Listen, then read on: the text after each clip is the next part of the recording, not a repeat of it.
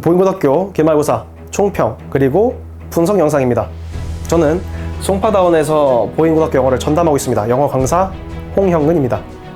자, 일단 이 영상을 보고 계시는 학생 여러분들 그리고 어머님들, 아버님들께서는 제가 누군지 충분히 인지하고 계시리라 생각합니다. 그래서 저에 대한 소개 페이지는 따로 넣지 않았고요. 성과로 증명하는 홍형근 영어다 이 페이지로 제 소개를 좀 대신하고자 합니다. 명시한 바와 같이 성과로 증명해야 되니까 성과부터 보여드리면서 영상 시작하도록 하겠습니다. 자, 일단 왼쪽에 보시는 문제는 학생들이 학교에서 봤었던 기말고사 문제를 그냥 그대로 가져왔습니다. 그리고 오른쪽에 나와 있는 문제는 그보다 하루 전에 시행됐었던 7월 6일 보인고등학교 동형 모의고사 시험지입니다. 제가 다 만들었거든요. 자, 왼쪽에 30번 문항과 오른쪽에 19번 문항을 보시면 주어진 글 그리고 문제의 유형, 텍스트 그러니까 지문 그리고 보기의 순서, 정답까지 정확하게 일치하는 걸 확인하실 수 있습니다. 다음 문항 보시면 31번 문항 그리고 오른쪽에 7번 문항 역시 주어진 글, 문제의 유형, 지문 그리고 보기, 정답까지 정확하게 일치하는 걸 확인하실 수 있습니다. 자, 그 다음 22번 문항과 오른쪽에 나와 있는 9번 문항은 약간의 유형은 좀 다릅니다. 왼쪽은 다지선답 문형으로 어법을 출제하셨고 오른쪽은 선택형 어법으로 출제를 했습니다.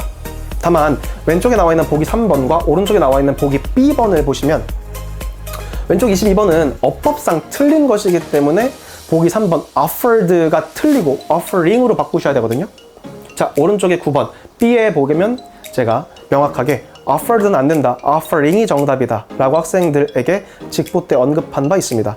특히나 이번 기말고사 때 학교 선생님들께서 분사를 출제하시겠다 라고 말씀을 하셨다면 분사는 능동분사와 수동분사가 있고 또는 능동분사 구문과 수동분사 구문이 있다. 따라서 핵심은 능동과 수동을 구분하는 것이지 그것이 분사인지 아닌지를 알아보는 것은 절대 아니다. 그리고 이 관점에서는 저 보기 B번 offered보다는 offering 저걸로 출제될 가능성이 아주 농후하다 라고까지 언급한 바 있습니다.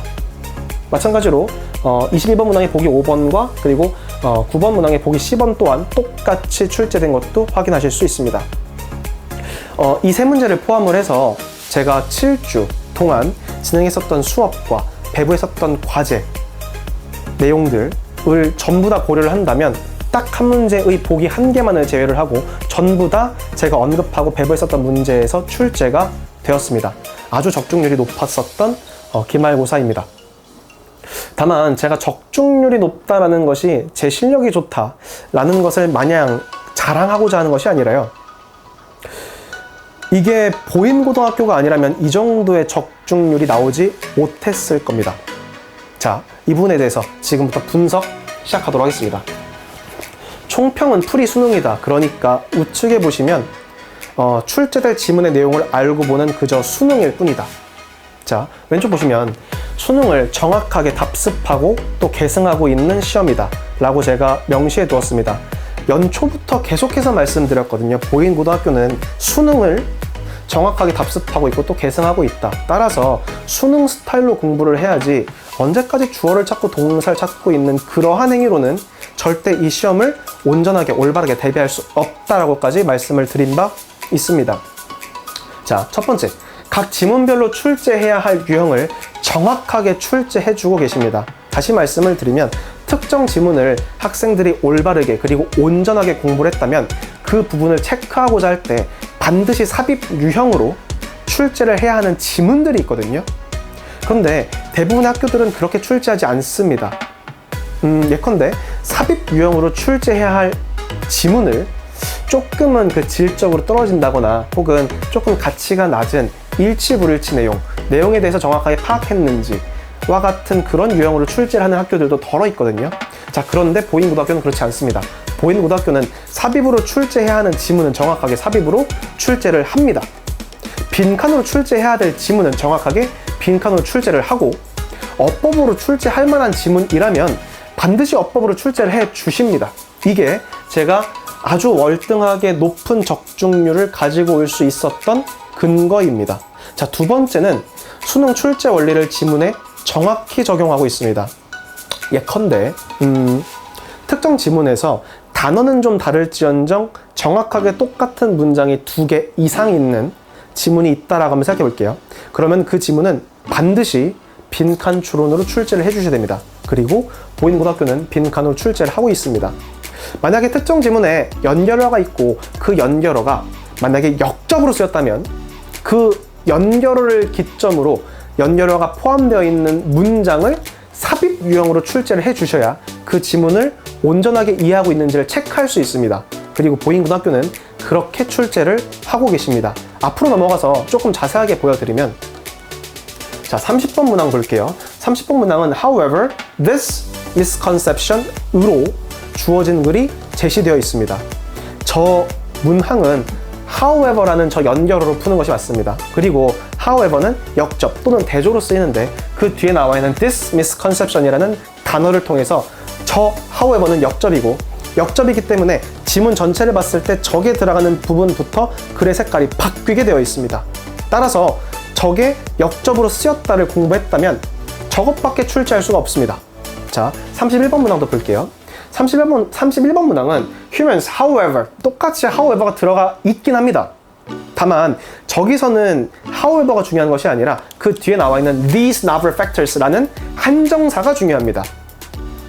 These novel factors, 이러한 새로운 요소들이기 때문에 앞에 이 새로운 요소들에 대해서 한 번쯤은 언급을 반드시 해야 되거든요.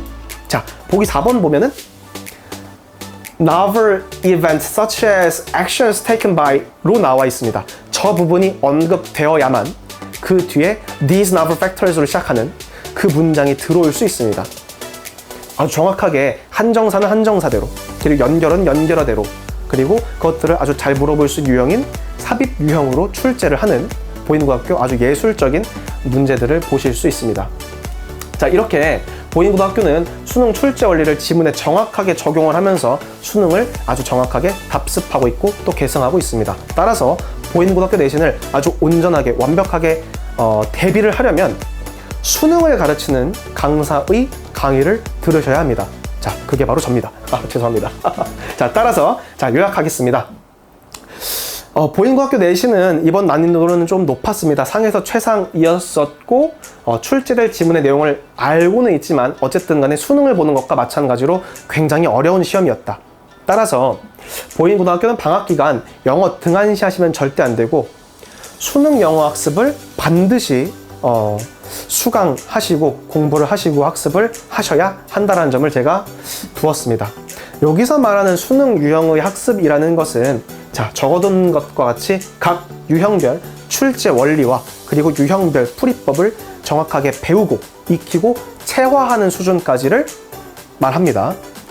자, 그럼 지금부터 여름방학을 어떻게 공부해야 되고 무엇을 공부해야 되는지에 대한 디렉션을 좀 제시해드리고자 합니다. 만약에 본인이 기초가 좀 부족하다, 여기서 말하는 기초가 부족하다라는 것은 문장의 해석이 안 되는 경우를 말합니다. 이때 좀 정확하게 인지를 해야 되는데 문장을 해석하는 게 어렵다? 이게 중요한 게 아니라 문장을 정확하게 딱딱 떨어지게 해석하는 것이 중요합니다. 문장을 이루고 있는 단어들의 뜻을 그저 나열을 해서 그 의미가 이거겠거니 하고 때려 맞추는 건 절대 안 됩니다. 보인고등학교는 그러한 행위를 일절 허용하지 않습니다. 그래서 고등기초어법 총정리를 반드시 해 주셔야 되고 그리고 최소 어휘량도 반드시 이번 여름방학 기간 동안 확보해 주셔야 됩니다. 기초가 부족한 학생들의 경우는 가장 중요한 어휘들을 1000단어 이상은 적어도 학습을 해 주셔야 합니다. 다만 문장의 해석은 정확히 되는 경우에는 기초 독해 수업을 통해서 각 유형들이 어떠한 것을 출제하는지 그리고 각 유형들은 어떠한 것을 봐서 문제를 풀어야 하는지 그 요소들은 어떤 것들이 있고 어떻게 문제를 풀어야 정확한 풀이가 되는지를 반드시 학습해 주셔야 됩니다.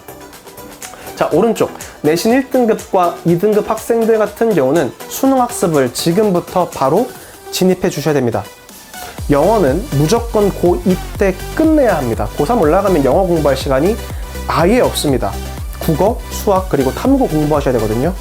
그래서 만약에 본인이 지금 내신 1, 2등급이다. 그리고 평가원과 수능 정도의 난도 문항들을 기준으로 80점 중반 이상의, 그러니까 90점 언저리의 성적이 나온다면 반드시 지금부터 수능 스타일의 학습을 해주셔야 되고, 이 학생들 같은 경우는 단어도 역시나 적어도 3000단어 이상은 여러 번 공부를 좀 해주셔야 된다는 거 제가 명확하게 적어두었습니다. 뿐만 아니라 평가원 및 수능에 대한 기출 분석도 적어도 2년치는 이번 4주의 여름방학 기간 동안 학습을 좀 해주셔야 합니다. 반드시.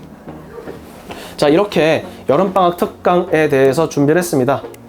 맨 위에 보이는 어법 기초는 이전 페이지의 좌측, 즉 기초가 부족한 학생들은 반드시 수강해 주셔야 됩니다. 특히나 문장에 대한 정확한 해석이 되지 않는 학생의 경우는 반드시 수강해 주셔야 됩니다. 자, 두 번째 문항 같은 경우는 두 번째 그 강좌는 독해 개념 완성반입니다. 문장에 대한 해석은 정확하게 된다. 다만 문제를 풀 때 좀 감으로 푼다, 혹은 이것이 정답인 것 같기는 한데 왜 정답인지 아주 명확한 근거는 들 수가 없다. 아직은. 그러한 학생들 같은 경우는 반드시 독해 개념 완성반을 수강해 주시기를 적극 권장드립니다. 자, 이렇게 준비를 좀 했습니다. 자, 약속드리겠습니다. 뻔한 강의를 준비하지 않았습니다. 영어 강사 홍영근이었습니다. 감사합니다.